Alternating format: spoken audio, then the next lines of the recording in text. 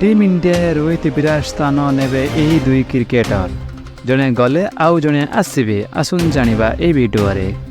भारतर किंवदंती खेलाड़ी विराट कोहली एवं रोहित शर्मा कांधार दलर भार नहीं आगको बढ़ुछंती। उभय रोहित एवं विराट एहीपरि किंवदंती जहाँकर अनुपस्थिति टीम इंडिया पाई सर्वदा एक शून्य स्थान पूर्ण करिबो। ଯେଉଁ दिन ଏହି ଦୁଇ ଖେଳାଳି ଭାରତୀୟ ଦଳରୁ ଅବସର ନେବେ ବହୁ ଭାରତୀୟ ପ୍ରଶଂସକ କ୍ରିକେଟ ଦେଖିବା ବନ୍ଦ କରିପାରନ୍ତି। ଏହିଭଳି ପରିସ୍ଥିତିରେ କ୍ରିକେଟ ପ୍ରଶଂସକମାନେ ମଧ୍ୟ ଚିନ୍ତା କରୁଛନ୍ତି ଯେତେବେଳେ ରୋହିତ ଶର୍ମା ଏବଂ ବିରାଟ କ୍ରିକେଟକୁ ଅବସର ନେବେ ତେବେ ଦଳର ଦାୟିତ୍ୱ କିଏ ନେବ। ଯେତେବେଳେ ଆବଶ୍ୟକ ହୁଏ ଦଳକୁ ସମର୍ଥନ କରିବାକୁ ପଡ଼ିଆରେ କିଏ ଠିଆ ହେବ। ଭାରତୀୟ କ୍ରିକେଟ ପ୍ରଶଂସକମାନେ ଚିନ୍ତା ମଧ୍ୟ ଯଥାର୍ଥ ଅଟେ, କାରଣ ଭାରତୀୟ ଦଳ ରୋହିତ ଶର୍ମା ଏବଂ ବିରାଟ କୋହଲିଙ୍କ ଭଳି କିମ୍ବଦନ୍ତୀ ସହଜରେ ଫେରିପାରିବେ ନାହିଁ। ଏକ ମୁହୂର୍ତ୍ତ ଥିଲା ଯେତେବେଳେ ଟିମ୍ ଇଣ୍ଡିଆର ସଚିନ ତେନ୍ଦୁଲକର ଯୁଗ ଥିଲା, ଯେତେବେଳେ ସଚିନଙ୍କ ବିଷୟରେ ସମଗ୍ର ବିଶ୍ୱ ପାଗଳ ଥିଲା। କେବଳ ଭାରତୀୟ ନୁହେଁ, ବିଶ୍ୱର ବିଭିନ୍ନ ଦେଶର ପ୍ରଶଂସକମାନେ ସଚିନକୁ ବହୁତ ଭଲ ପାଉଥିଲେ। ଏଭଳି ପରିସ୍ଥିତିରେ ସେତେବେଳେ ମଧ୍ୟ କ୍ରିକେଟର ପ୍ରଶଂସକମାନେ ଅନୁଭବ କରୁଥିଲେ ଯେ ଯେତେବେଳେ ସଚିନ ଅବସର ନେବେ କିଏ ଭାରତ ପାଇଁ ନିଜର ଦାୟିତ୍ୱ ପୂରଣ କରିବେ। ଏହାପରେ ବିରାଟ କୋହଲି ସଚିନଙ୍କ ସ୍ଥାନରେ ଦଳର ଦାୟିତ୍ୱ ଗ୍ରହଣ କରି ସମଗ୍ର ବିଶ୍ୱକୁ ଦେଖାଇଥିଲେ ଯେ ଭାରତର ପ୍ରତିଭା ଅଭାବ ନାହିଁ।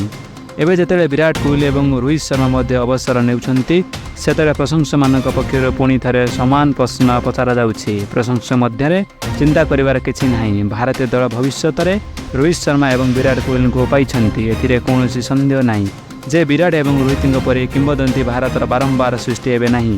କିନ୍ତୁ ଅଣ୍ଡର-19 ବିଶ୍ୱକପରେ ଏହି ଦୁଇ ଖେଳାଳି ଏପରି ପ୍ରଦର୍ଶନ କରିଛନ୍ତି ଯେ ସେମାନଙ୍କୁ ଭବିଷ୍ୟତର ବିରାଟ ଏବଂ ରୋହିତଙ୍କ କୁହାଯାଇଛି। ସୋସିଆଲ ମିଡ଼ିଆରେ ପ୍ରଶଂସକମାନେ କହୁଛନ୍ତି ଭାରତୀୟ ଦଳ ଭବିଷ୍ୟତରେ ରୋହିତ ବିରାଟଙ୍କୁ ପାଇଛନ୍ତି।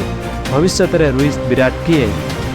ଅଣ୍ଡର-19 ବିଶ୍ୱକପ୍ରେ ସେମିଫାଇନାଲ ଦକ୍ଷିଣ ଆଫ୍ରିକାକୁ ପରାସ୍ତ କରି ଭାରତ ଫାଇନାଲରେ ନିଜର ସ୍ଥାନ ନିଶ୍ଚିତ କରିଛି। ଏହି ସେମିଫାଇନାଲ ମ୍ୟାଚ୍ ଅତ୍ୟନ୍ତ ରୋମାଞ୍ଚକ ଥିଲା, କିନ୍ତୁ ଶେଷରେ ଭାରତ ବିପକ୍ଷ ଦଳରୁ 2 ୱିକେଟରେ ପରାସ୍ତ କଲା। ଏହି ମ୍ୟାଚ୍ରେ ଭାରତୀୟ ଅଧିନାୟକ ଉଦୟ ସାହାରା ଅଧିନାୟକ ଇନିଂସ ଖେଳି ଶେଷ ପର୍ଯ୍ୟନ୍ତ ଦଳକୁ ବିଜୟ ଦେଇଥିଲା। ଏହି ଅବଧି ମଧ୍ୟରେ ସାରାନା 124 ବଲ୍ରେ 81 ରନ୍ର ଇନିଂସ ଖେଳିଥିଲେ। ଭାରତ ପାଇଁ ବିଜୟ କଷ୍ଟସାଧକ ମନେ ହେଉଥିଲା ବେଳେ ସାରାନା ଭଲ ଖେଳିଥିଲେ। ଏହା ବ୍ୟତୀତ ଅନ୍ୟ ଜଣେ ଖେଳାଳି ସଚିନ ଦାସ ମଧ୍ୟ 95 ରନ୍ରେ 95 ବଲ୍ରେ 96 ରନ୍ ଚମତ୍କାର ଇନିଂସ ଖେଳି ଗୁରୁତ୍ୱପୂର୍ଣ୍ଣ ମ୍ୟାଚ୍ରେ ଭାରତୀୟ ଦଳକୁ ବିଜୟ ଦ୍ୱାରା ପହଞ୍ଚାଇଥିଲେ। ମୁଶଫିକ ଖାନ ଚମତ୍କାର ପ୍ରଦର୍ଶନ। ଏହି ଦୁଇ ଖେଳାଳି ବ୍ୟତୀତ ଆଉ ଜଣେ ଖେଳାଳି ମୁଶଫିକ ଖାନ ଅଛନ୍ତି ଯିଏ ଏହି ସମଗ୍ର ବିଶ୍ୱର ଟୁର୍ଣ୍ଣାମେଣ୍ଟରେ ଚମତ୍କାର ଇନିଂସ ଖେଳୁଛନ୍ତି। ମୁଶଫିକ ଭାରତ ପାଇଁ ଅନେକ ମ୍ୟାଚ୍ ଜିତିଛନ୍ତି। ଯେତେବେଳେ କୌଣସି ଭାରତୀୟ ବ୍ୟାଟ୍ସମ୍ୟାନ୍ ବିଫଳ ହୁଅନ୍ତି ସେତେବେଳେ ମୁଶଫିକ ଭାରତ ପାଇଁ ଏକାକୀ ଠିଆ ହୋଇ ଟିମ୍ ଇଣ୍ଡିଆକୁ ବିଜୟ ଲକ୍ଷ୍ୟସ୍ଥଳକୁ ନେଇଯାଆନ୍ତି। ଭାରତୀୟ ଦଳର ଖେଳାଳିମାନେ ଅଣ୍ଡର-19 ବିଶ୍ୱକପରେ ନିଜର ପ୍ରଦର୍ଶନ ସହିତ ସ୍ପଷ୍ଟ କରିଛନ୍ତି ଯେ ଭାରତର କୌଣସି ପ୍ରତିଭା ଅଭାବ ରହିବେ ନାହିଁ। ଯଦି ଜଣେ ବ୍ୟାଟର ଅବସର ନେବେ ପରବର୍ତ୍ତୀ କ୍ରିକେଟ ତାଙ୍କ ସ୍ଥାନ ନେବାକୁ ପ୍ରସ୍ତୁତ ହେବେ।